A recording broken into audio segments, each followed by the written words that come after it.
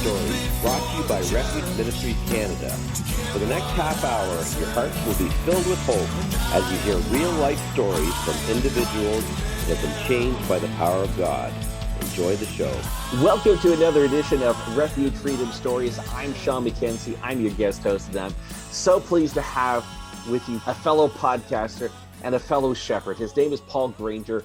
Paul works with YWAM, but in the last 20 years, he has spent a lot of time just meeting with people, shepherding people, and talking about the love of Jesus Christ with them. And Paul, I want to say thank you and welcome. I'm so glad to be here. I'm really excited for where God's going to take this conversation. One of the beautiful things that Paul and I got to talk to a little bit before is this is a chance for you to sit back and relax being a guest, because you're also a podcast host. Yeah, it's true. Yeah.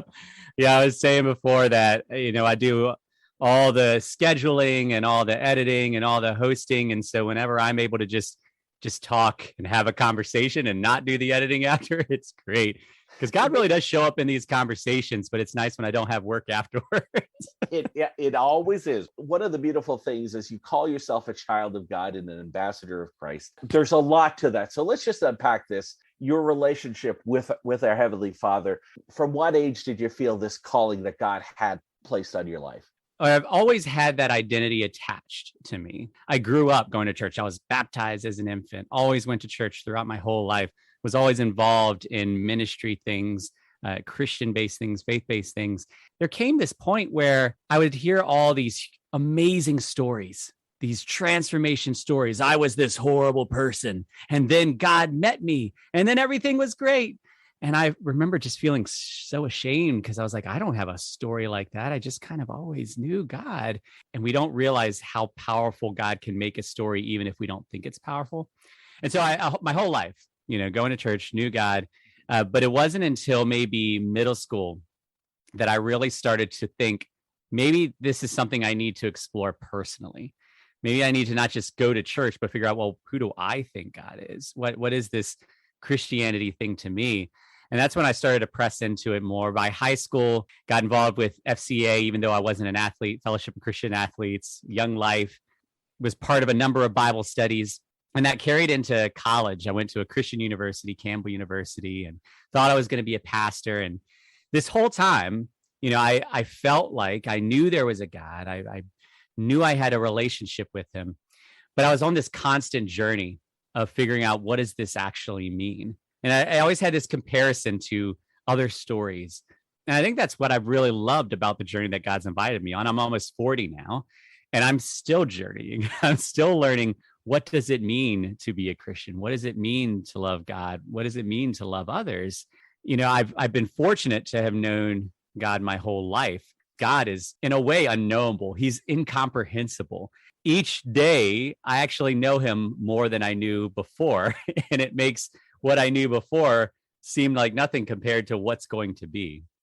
It's so beautiful how our relationships with him is ever evolving into where we are today. I liked what you said. You didn't have this story like some of the people we work with. We have a lot of people they've gone through some stuff, but at the same time, it's also beautiful, God, that he takes some of us and says, okay, you can still have a relationship and show other people my love through your story as well.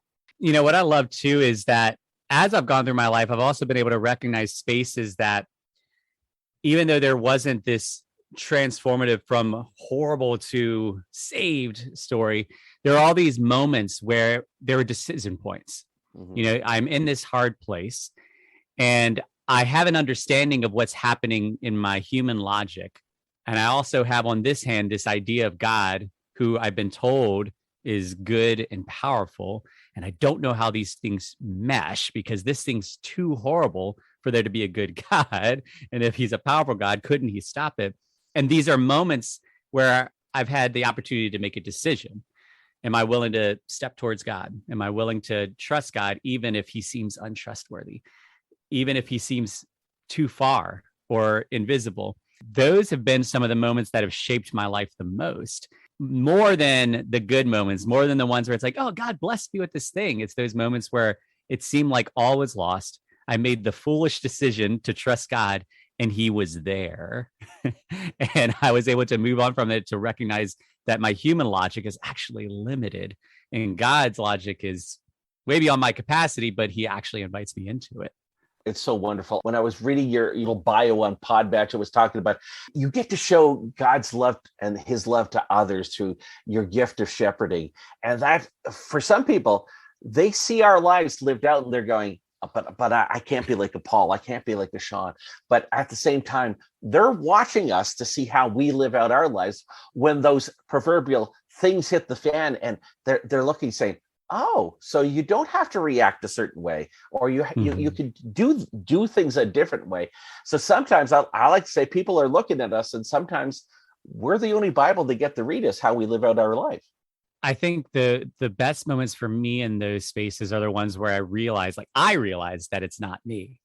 You know, someone looks at, I have a few friends that the community that we live in has high levels of poverty, high levels of addictions, overdoses, high levels of violence.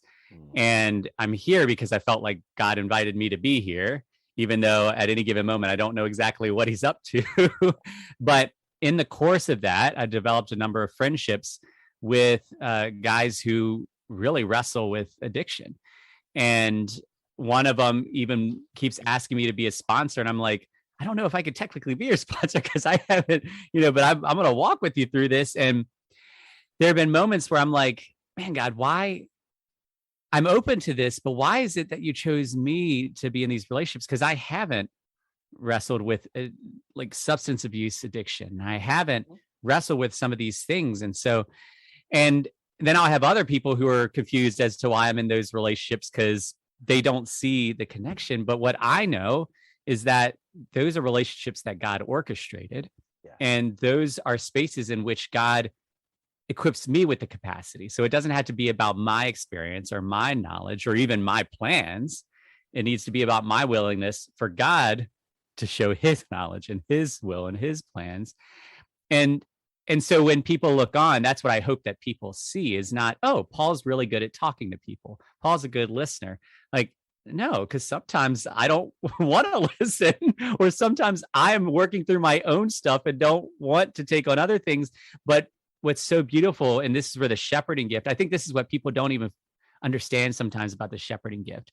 It's not that people who have the shepherding gift are really good at talking or listening or any of those kinds of things. It's that God equips the shepherds with the eyes to see and the ears to hear folks that otherwise might go unseen or unheard, and equips the shepherds with the willingness to walk, right? Because that's the thing. A shepherd doesn't just, protect the sheep from the lions. They actually walk with the sheep through the fields, through the hills, through the valleys, and protects them and shows them where the pastures are. So it's this journeying.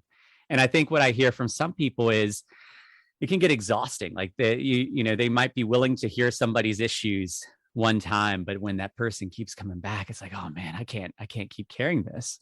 With the shepherding gift, God provides this capacity to take that long journey. And so some of these, relationships, and in particular, when we're talking about addiction, for anyone who's walked with someone who's wrestling with addiction, they know that addiction isn't a quick fix thing. And recovery is a lifelong thing. So by default, it's a long journey thing. And so, yeah, it's been really beautiful to see how God's invited me to certain spaces, but also the moments where it's very clear that God is the one doing it and not me, so that I can point to him and say, anything good you're seeing, it's God.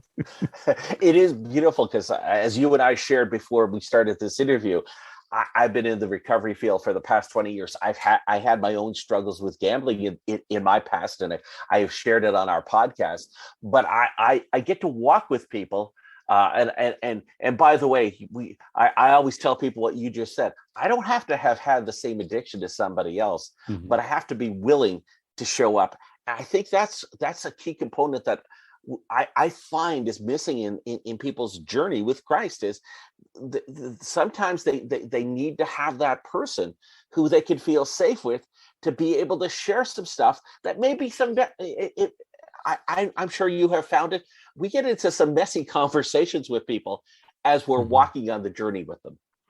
And it means something when you know that someone actually hears you and they're not judging you and they're receiving what you're saying like with openness, because like I know there have been periods in my life where I've been struggling with something, working through something, been in a hard season. And the most painful periods of that were when I felt unheard and I felt unseen, or when I felt like I don't know who I can really talk to about this. So when I was in a really hard work situation, it was really hard to know who I could talk to in a safe way. And I felt incredibly lonely, right? So there's been these periods in my life where I've recognized how much I needed someone. And so to be able to be that, uh, I have more of a willingness internally to do it because I know how valuable it's been to me. And a piece about doing it because I've learned that it's God doing it. So I'm willing to step into these spaces because, yeah, it just means it just has such an impact. Just to be heard can be so healing for a person. To know that they are seen can be so restorative to a person. Oh, it certainly is. Paul Granger is our guest here on Refuge Freedom Stories. And Paul, I don't know if you've experienced this, but I know I certainly have experienced it. Sometimes when I'm walking with an individual and I may be, as you said, struggling with something on my own, sometimes God gives us this little gift. He uses the people we're walking with thinking we're helping them, but God then uses them to help us see situations in a whole different light. Have you experienced that? Yeah. So, as I mentioned, our neighborhood, there's a lot of struggles within our neighborhood. And there are a number of relationships that God's blessed me with that are people that have often gone overlooked, have often gone judged. And, there's one particular season when I lost a job that I'd had for 5 years. It was with a ministry. And one of those friends who he receives disability, and that's his sole form of income outside of mowing lawns. And one of the ways he wanted to serve me is like, Paul, I want to cut your lawn. I don't want to charge you anything because I know you're going through a thing, and I want to support you. I have another friend who he lives in a garage down the street, and frequently he will come up and like he'll have just gotten food from somewhere, a couple bags, and he'll leave a grocery bag on our porch because he wants to bless us. And I think what it demonstrates is it really pushes against our notion of serving, because we're usually operating out of a mindset of helping. And the way that my pastor and spiritual father, Don Coleman, says is he really presses people on the difference between helping and serving. He'll even, when we would have groups come in, when I used to work with service groups, be a bunch of young adults, and they're all coming for a week of doing stuff in the community. He's like, all right, raise your hand if you're here to help. And they raise their hands, and he's like, put your hands down. You're not here to help. You're here to serve. Because what he emphasizes is when you are trying to help, you're coming from this position of being above, being more resourced, being in power. Even if we're not thinking that, it's almost this reaching down to pull someone up. Whereas with serving, you get something like in John 13, where Jesus, who was like the Son of God, humiliating himself by stripping down and washing nasty, dirty feet. And so when we think of helping, we tend to think of people who have money, who have resources, who have power, who have position, who have authority, helping the poor people, helping the struggling people. And so when I have had people that are often placed into that latter category, coming and caring for me, serving me, looking out for me, checking in on me, praying with me, it pushes against our notion of who can help who can serve who, because the reality is God equips all of us.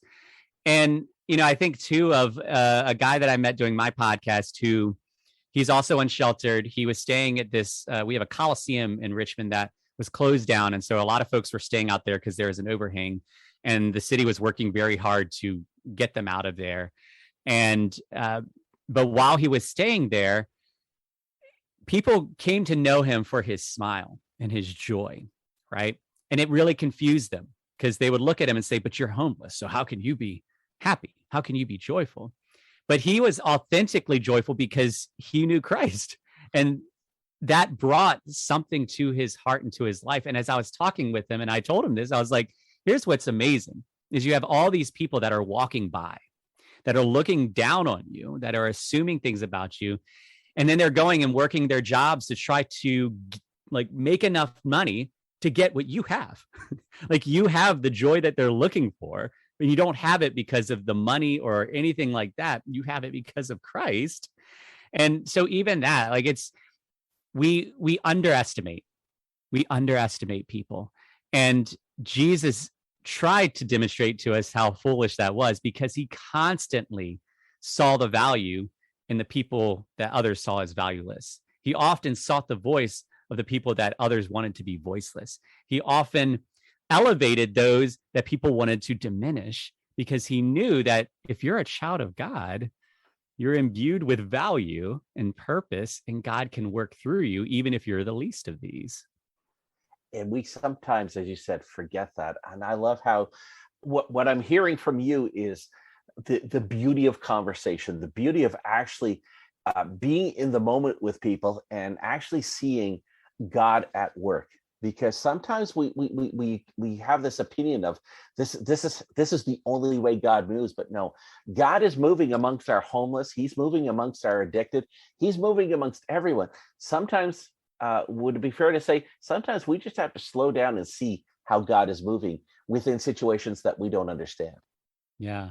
And I would say, even to push it further, another good starting point is to learn how to better see the image of God in others. Because what we do is we see people based on what we physically see. So with the guy that I was talking about, they saw his tent over by the Coliseum. So they knew he was unsheltered. And so they put the identifier of homeless on him. Well, now his identity is shaped by whatever they think of homelessness. And so if they think that homelessness is a result of not working hard, of not caring, or of being an addict, or being this, that, or the other, they're going to, whether they realize it or not, attach that to them. Somebody that's wrestling through addiction, if somebody puts the term addict as an identifier on them, well, they're going to attach to that whatever they think of someone who's addicted. And they don't understand that there's a lot of things that can play into what leads someone to be in that space. But if our identifier, if the first and foremost thing we identify someone as is a child of God, made in the image of God, the Imago Dei, then that changes things.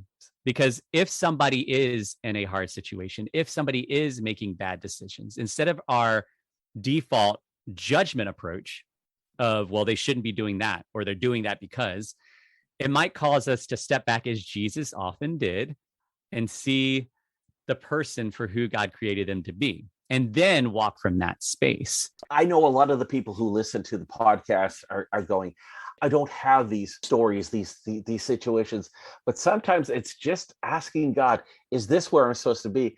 I'm hearing a lot of great stories of people's faith. And I'm hearing stories of faith through you, Paul, of how people have come to experience who the real God is just through walking with them. Correct me if I'm wrong. This is why stories are so important. This is why sharing what God has not just done, because that's where we like to start with stories, is when the story in our mind is finished, right? And that's why we don't tell our stories sometimes, because the story is not finished or it doesn't have a happy ending. But a story can be continuing, it can be ongoing, and it can be hard. And when we hear these stories from others, it shapes how we understand our own story. When we hear someone else who has worked through something we have worked through, or who is working through something we're working through, and they are still choosing to seek God, it confronts our own ideas of what's happening and how it works. And like, I found that even for myself, when I lost my job 3.5 years ago, one of the things that God invited me to in that space was to take some intentional time with him. And then in that, I felt a clear sense that he was inviting me into transparency and vulnerability, and to do so publicly. And I didn't want to do that because I didn't want to put my business out there for a lot of reasons. But one of the biggest reasons is I knew a lot of people wouldn't believe what I was saying or wouldn't trust what I was saying. And I'm like, I don't want to put myself in that position where someone's going to question me or diminish me, because that's going to break me. And God's like, yes, but I'm inviting you into that. And that's where the podcast came from. Because shortly after, I was like, okay, God, he's like, all right, now that you've accepted that, now I want you to do a podcast. And I'm like, come on now. But in that space, not that I've chosen to share things as much as in the conversation, it's very clear that God leads things to certain spaces where I've been able to open up about things that I wouldn't have opened about otherwise. And in that space, the guest and I end up processing things, end up discovering things about God together that wouldn't have happened if I had just been sitting and playing on my phone, right? And so we're called to love God and love others, which what that means is that we are called to be in connection with God, and we're called to be in connection with others. And one of the amazing things that God is offering us is restoration and fullness through that connection, through community. And we hear it throughout Scripture, through unity. It's this being joined together through shared experiences, through shared commitment, through whatever it is, that we find the fullness that we're trying to find independently on our own in our own relationship with God. But we weren't designed that way. We were designed, it's like God saying to us, yes, that's great that you are seeking me on your own. I love it. You will never find my fullness just in that. I have called you to community as well. So love others, connect with others. I love how God called you into this podcasting realm, because I'm just excited to hear these stories. So in our last couple of minutes here, want to share a little bit, first and foremost, the name of your podcast, how people could find it, but what you have taken away from God giving you this platform to just tell these stories. Yeah. So the podcast is called Where Did You See God? And it comes from a meeting I had back in 2006 when I was working for a ministry, where the executive director asked all of us at a table, where did you see God today? And I could not think of an answer. And I was struck by and convicted by the realization that here I was, a Christian working in ministry, and I didn't have an immediate answer to that question. It pushed me to realize maybe I shouldn't just look for God retroactively. Maybe I should actually be proactive and seek God as I go in today. Say, if I believe that God actually speaks and works, how might I look for that today? And so the heart of the podcast is to basically practice that, whether it's just me, but more often with guests. How can we look for God in the dialogue, in the conversation, in the stories, in the things that are happening? And I think what's been so encouraging for me and what I've learned from this is the beauty of how community can happen, right? Like I used to work with interns, and at the start of the year, they would all feel so confident that it would take 6 months to a year for them to develop close relationships. But what I knew is that there's something beautiful that God can do to forge relationships in a short span of time, that you don't need to build 6 months of a relationship with a person before you can open up. And in these podcasts, I will start a conversation with someone that I have never heard their voice, never seen their face before. And by the end, we've experienced God together. We have learned something about God together. We feel something restorative in us. And this is the invitation for anyone, whether they listen to my podcast or your podcast or what, that God has equipped us, not just called us to be in community, but equipped us that this can happen with a stranger that you see on a park bench and you feel a nudge from God to go and talk to him. Your gut instinct is, but that's a stranger. And what if they're crazy? Or what if they think I'm crazy? Or what if?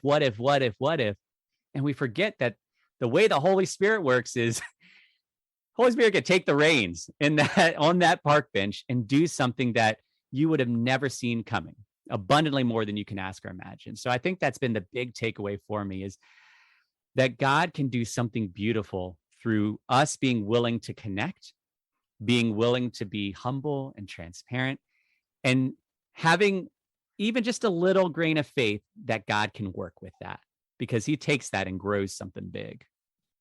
That's beautiful. I can't think of a better way to finish off this interview. Paul, it's been an absolute pleasure. Thank you very much for granting us some of your time. My pleasure. And thank you so much for what you do. Paul Granger has been our guest. Thank you once again for tuning in this week, and tune in again next week for another edition of Refuge Freedom Stories.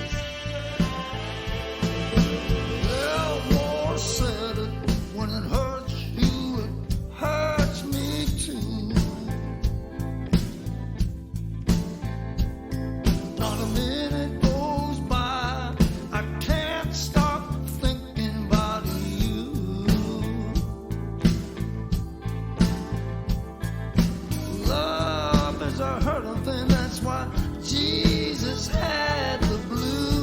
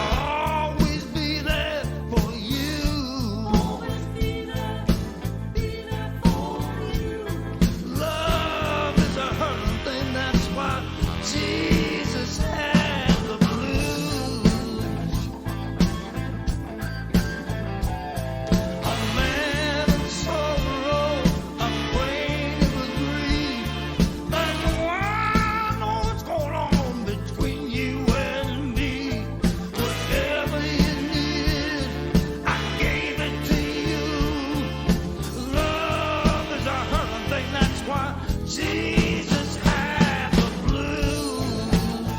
Oh, love is a hurt, and that's why Jesus had the blues.